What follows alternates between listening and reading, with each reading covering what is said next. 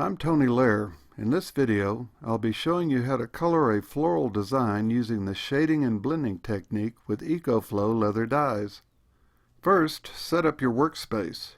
For a guide and helpful tips, see our video Setting Up a Workspace for Background Dyeing, the Shading Blending Technique, and Detail Work. You will need good quality, small, round, fine point natural or synthetic brushes. I prefer round number 4 sables. Ideally, you should use a separate brush for each color group. I color code my brushes by wrapping the ends with colored electrical tape. You will also need a container of clean water, a dye palette, eyedroppers, paper towels, and practice leather pieces, cut from the same leather as your project. To color your floral design, select from 16 pre-mixed Eco Flo leather dyes or mix them together for custom colors. Plan all your colors. I've selected dark cocoa brown for the background, sunshine yellow for a base color on the design and border, canyon tan for the design and border, forest green for the leaves, scroll, and stem, and scarlet for the flower. I normally do background dyeing first, so I won't be distracted by dyes bleeding onto the background area while I'm adding color to the design, but you can do background dyeing as a final step if you prefer. I'm using full-strength dark cocoa brown leather dye on the backgrounded areas. Use an eyedropper to transfer dye from the bottle to a dye palette. Dip the brush tip 1/2 way into the dye. Touch the tip to a paper towel and then to a piece of practice leather to remove excess dye and to form a tip on the brush. Always begin in the center of a backgrounded space. Then work towards edges and into corners. Learn to control the dye's natural tendency to bleed. Let the project dry a few minutes before continuing. Add another coat if necessary. For more on background dyeing, see our video, The Basics of Background Dyeing. If you want your project to look realistic and multi-dimensional, establish a light direction. Where the imaginary light source hits your design will be the lightest colors. The opposite side will be the darkest. When coloring any project with leather dyes, remember to always follow the basic coloring rule of thumb. Work light to dark. I'm going to use 2 hues of sunshine yellow as a base color, and for highlights, use a clean eyedropper to transfer the dye to a palette.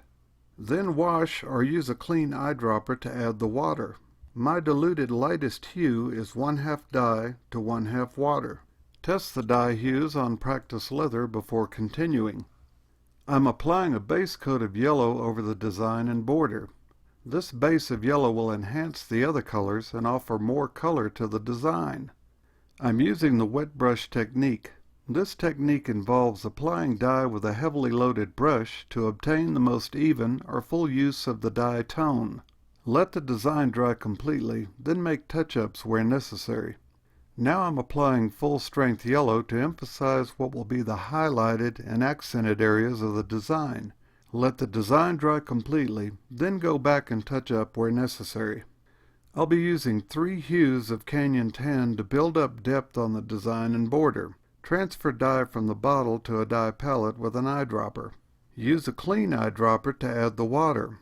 The lightest mixture is 1/4 dye to 3/4 water.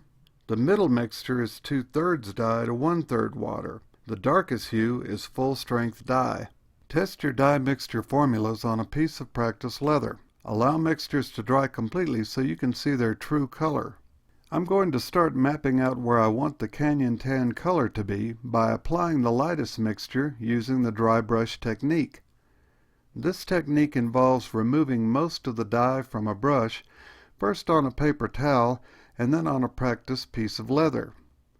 Stroke the brush lightly over the surface of the design, allowing only a very small amount of dye to penetrate into the leather. I recommend letting the dye dry between hues so you can see the true color and whether or not you need to add more of that hue before continuing. Now I'm applying the middle mixture to start defining the shadows and shape of the floral. Turn your project as you go for better access to edges. I'm also applying this color hue to the border. Remember to let the dye dry completely so you can see the effect of blending canyon tan with the yellow hues. Touch up where necessary. Now I'm adding the darkest hue, full-strength canyon tan. This hue defines the darkest shadow areas. Remember your light direction. Turn your project for easier access to all areas. Let the dye dry completely, then go back and touch up areas where necessary. Now I'm going to build up forest green on the leaves, scrolls, and stem using 3 hues. Transfer dye to palette with an eyedropper. Using a clean eyedropper, add water. For the lightest hue, I'm using 1/4 dye to 3/4 water. The middle hue is 2/3 dye to 1/3 water. The darkest hue is full-strength forest green dye.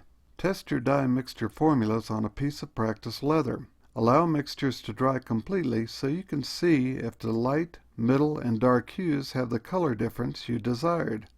I'm applying the light forest green mixture using the dry brush technique. This light green will be the second lightest hue on your design, so along with the yellow, it will represent highlights on the leaves, scrolls, and stem. Let the dye dry completely so you can check the color placement. Now, to enhance the shapes of the foliage, I'm applying the middle forest green. Remember your light direction. Allow the dye to dry. If you're satisfied with the look, move on to the darkest hue of forest green. I'm now adding the darkest hue of forest green. This green will be placed in the darkest shadowed areas of the foliage design. Remember your light direction. Let the dye dry completely and then add more if and where necessary. As a final step, I want to add scarlet red to the flower. I'll be building up the color using 3 hues. After transferring the dye to the palette, add water using a clean eyedropper. For the lightest hue, I'm using 1/4 dye to 3/4 water. The middle hue is 2/3 dye to 1/3 water. The darkest hue is full-strength dye. Test the hues on practice leather and let them dry. I'm going to start mapping out the placement of the scarlet color using the lightest mixture. Check the placement and look by letting the dye dry, then move on to the middle hue. With the middle mixture, I'm not only adding color to the flower, but also creating shadow areas based on my established light direction. Turn your project for better access to all areas. Remember, work light to dark. Once you add more dye or a darker color, you cannot lighten it again. Let it dry, then add more dye where necessary. Now I'm using full-strength scarlet to emphasize and accent the flower. Scarlet applied full strength will offer bright color to the design. Now let the project dry completely. Touch up where necessary, then add a protective finish. Because the shading and blending technique creates fragile blends of dye colors, I recommend using a protective spray top coat finish. A very light coating of super sheen spray will avoid smearing or rubbing off color. You can use this coloring technique on florals, leaves, logos, monograms, borders, and many other tool designs. Be creative with your coloring. Experiment. For more information about coloring using Eco Flo products, see our book, Coloring with Eco Flo, and our how-to videos.